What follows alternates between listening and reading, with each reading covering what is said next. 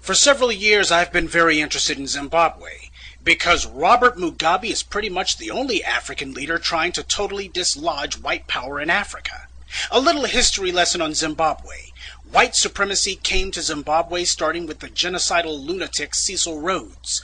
The country was then renamed Rhodesia. As usual, white power attempting to erase a people by trying to rename them, since names link us to a specific time, place, and culture. About the only thing that remains of Cecil Rhodes today is the so-called Rhodes Scholarship. Many presidents and so-called white liberals have gotten it and are proud of it. The Zimbabwean people did to Cecil Rhodes what all Africans do. They fought him until they won. But, as so often happened, after the Europeans lost power, they may have lost the war, but they won the peace. In Uganda, the British installed Idi Amin to be their puppet and protect their interest, which he did, until he eventually became more willful than they were willing to allow. He tossed out the Asians and denounced the whites. They've claimed, with hardly any evidence, that he murdered thousands, hundreds of thousands, possibly millions. Of course, not a single word of this is true, but it's been repeated so often that people have bought into it. In Kenya, the Brits had no problem letting their hand-picked puppet, Daniel Moi, run things for over 20 years, and when the people eventually barred him from running again, he passed the torch, or rather the knife, to yet another white stooge, Mwai Kibaki.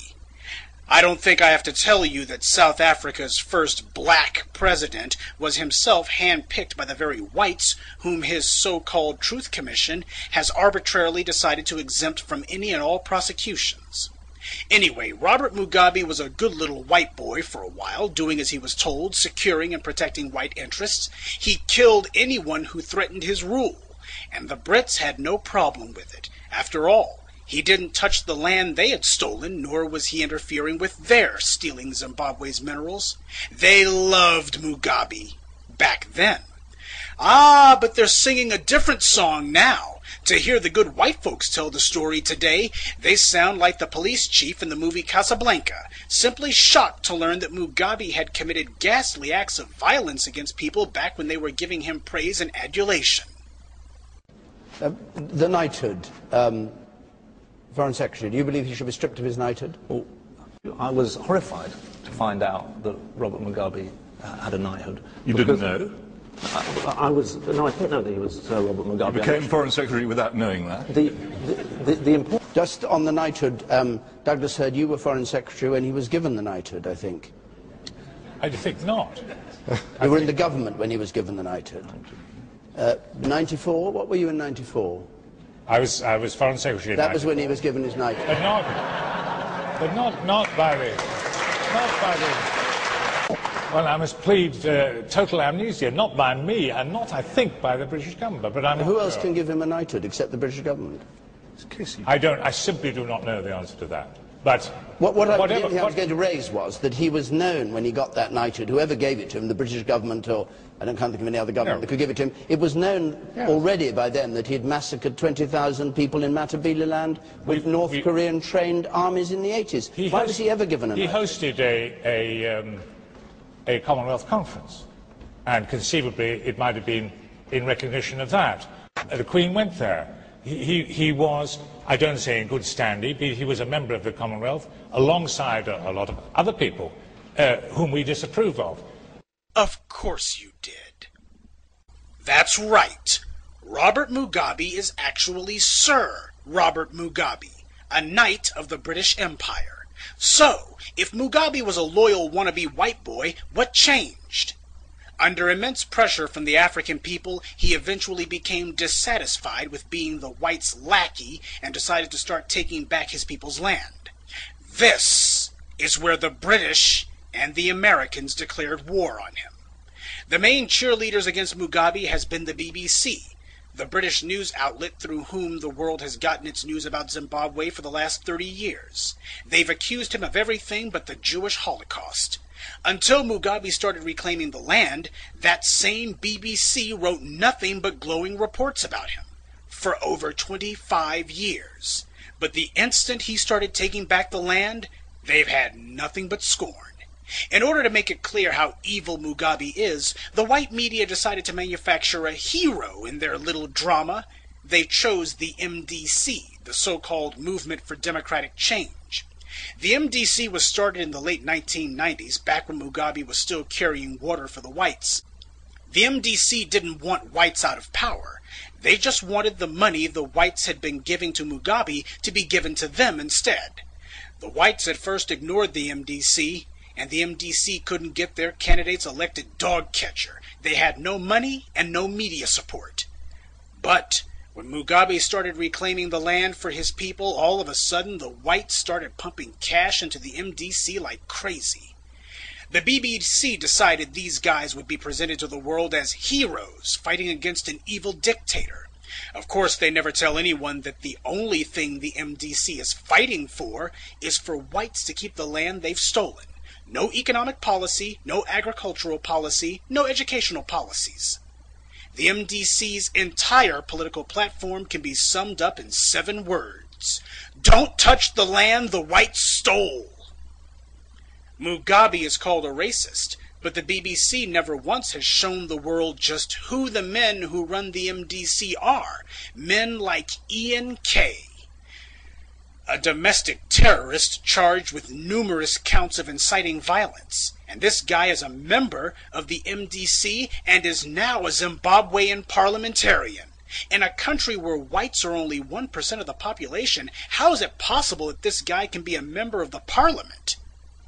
Because he's one of the racist white thugs who was running the place during colonialism.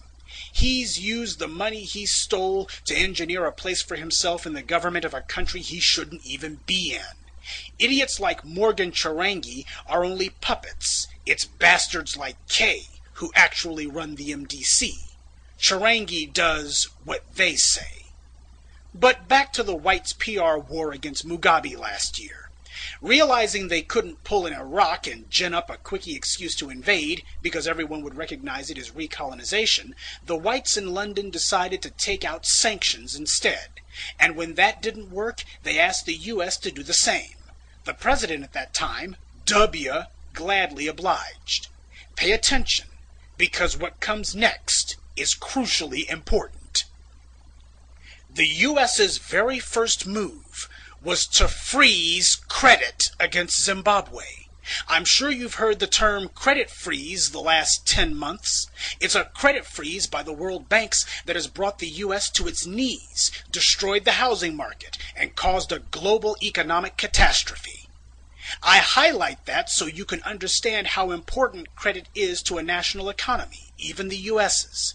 The U.S. still has working farms, working factories, and a service sector, but credit alone has caused nearly 10% unemployment in only a few months.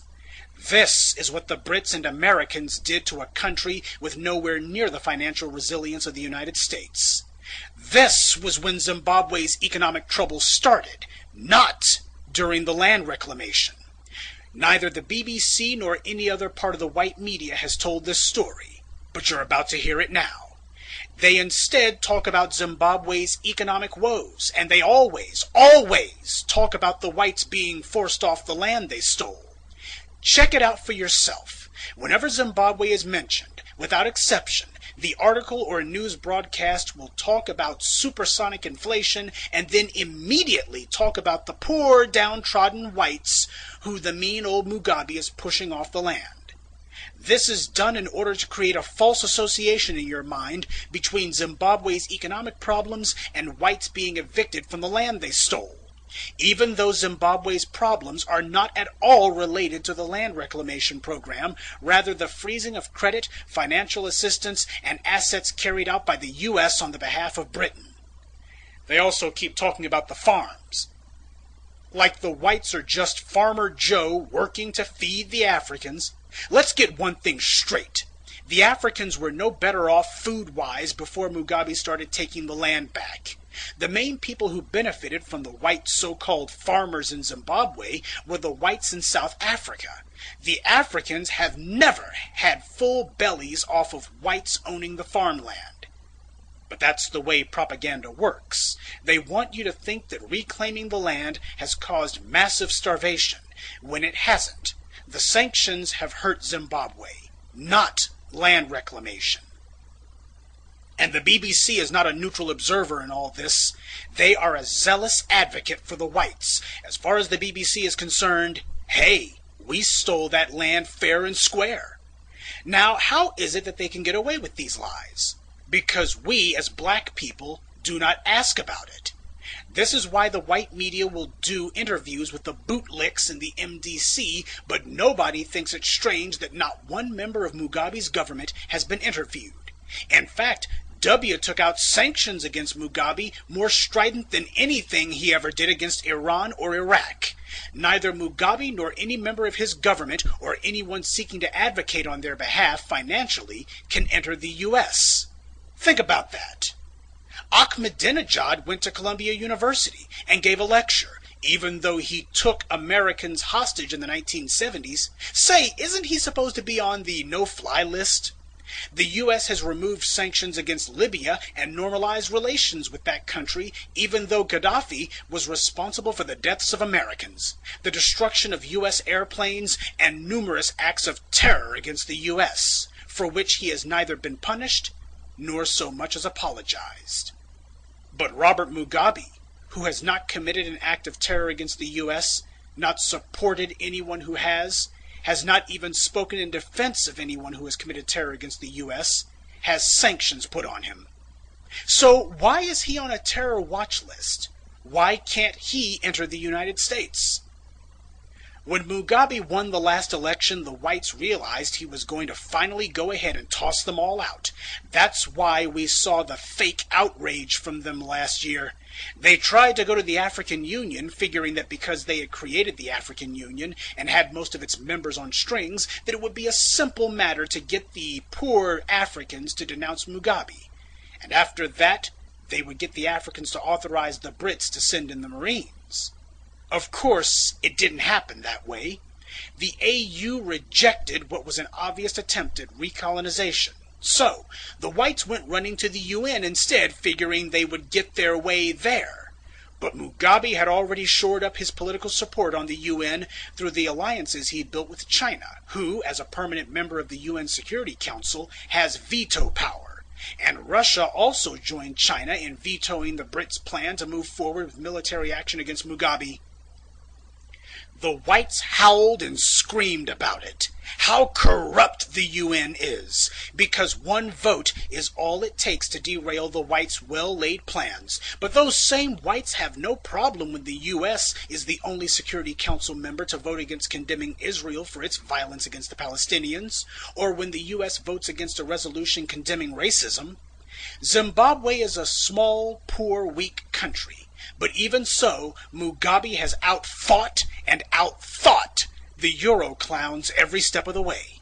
It just goes to show, anyone who says you can't beat the whites at their own game never tried. This is why the white media can't get enough of hating the man. To them, he's like O.J. Simpson times 1,000,000. Every day they see him, they have to look at a black man who has shown the world that whites can be kicked around, punched around, beat around, thrown off the land they stole, forced to give back the money they robbed the world of, and that if the non-white world bands together, even the U.S. can't do a damn thing about it. It is the single most dangerous example of defiance toward white power that the modern world has ever seen. But most blacks don't even know that it happened. What happened to Africa under white rule was the same thing you see today, a relentless PR war to convince the world the Africans were primitive savages and they'd be better off with whites in charge. They can't force the issue, so they need to use the last bastion of white power, the media, to fool people into coming to that conclusion on their own.